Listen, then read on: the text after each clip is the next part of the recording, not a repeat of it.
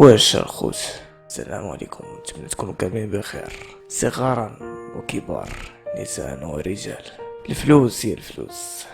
شنو هي قصتك هي الفلوس؟ اليوم غنعاود لكم واحد القصه بحال الخرافه، نعاود لكم القصه ديال الفلوس. هذا الموضوع هذا من المواضيع اللي ما يمكنش تعيش حياتك وانت ما كتعرف عليه والو، خصوصا وانت كتستعمل الفلوس يوميا. شنو هما الفلوس؟ فلسفيا الفلوس هما واحد الشيء عنده قيمه، وديك القيمه متعرف عليها بين مجموعه كبيره من الناس، واللي تقدر تعطيهم داك الشيء اللي عنده قيمه باش تاخذ المقابل ديالهم شيء اخر. هذا هو التعريف الفلسفي ديال الفلوس. على ارض الواقع شنو هما الفلوس؟ الذهب هو مجرد حجر، ولكن بزاف الناس في كل ارجاء الكوكب عاطينه قيمه لانه براق ونادر ومميز، وبالتالي يصلح يكون فلوس عالميه. الفضه كذلك عنده قيمه كبيره ويصلح يكون فلوس لانه نادر ومميز، كذلك كذاب وماشي سهل تلقاهم، وبالتالي كتعتبر المعادن النفيسة والبشرية عبر التاريخ كانت كتعتبرهم عملات عالمية. نفس الشيء اللي تنطبق على الألماس والأحجار الكريمة، فهي كلها نادرة وكتعتبر حتى هي فلوس. ولكن علاش كنتعاملوا بالفضة والذهب وما كنتعاملوش بالألماس والحجر الكريمة؟ لحقاش الذهب والفضة نقدروا ندوبوهم ونقصوا منهم ولا نزيدوا فيهم وكتبقى عندهم قيمة على حسب الوزن،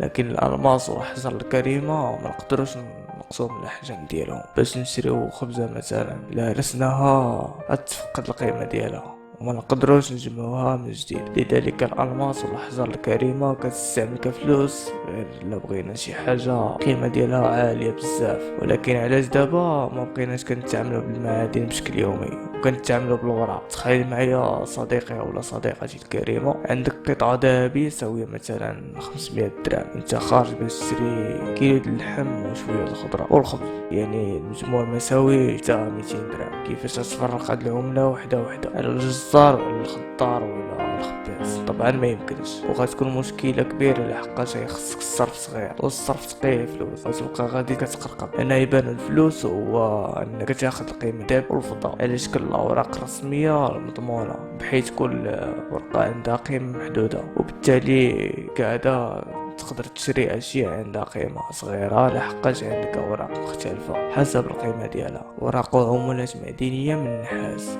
النيكل، تعادل القيمة ديك القطعة الذهبية ولا البنكة وخزينة الدولة، كلها اماكن عبر التاريخ كتقدر تبدل في عملات المعدن النفسية بعملات ورقية معدنية مختلفة. كلها اماكن عبر التاريخ كتقدر تبدل فيها العملات المعدنية النفيسة بعملات ورقية معدنية مختلفة. بطبيعة العالم اختلفت القيمة ومن أجل المعيشة اليومية ديالك، وهكذا كان العالم عايش قرون من الزمن كيطور في هاد الأنظمة ديال الفلوس وبان الأبناك وتنظم داكشي على حساب عبر الزمن، حتى جا البنك المركزي اللي كاين في أمريكا وخلى أمريكا تنصب على العالم كله، وقدرت أنها بالفعل قوات السلاح والسياسة تخلي أهم المعادن والثروات في العالم كتباع وكتشرى فقط بالدولار. يعني مثلا في المغرب لا بغى يشري البترول، والسعودية غيشريه بالدولار، واليابان لا بغات الفوسفات من المغرب غتشريه بالدولار وماشي بالدرهم. المهم نتمنى الفيديو هذا يعجبكم، وإلا عندكم شي إضافة ولا شي حاجة تزيدوها زيدوها لنا في كومونتير. نتلاقاو في فيديو جديد إن شاء الله. السلام عليكم.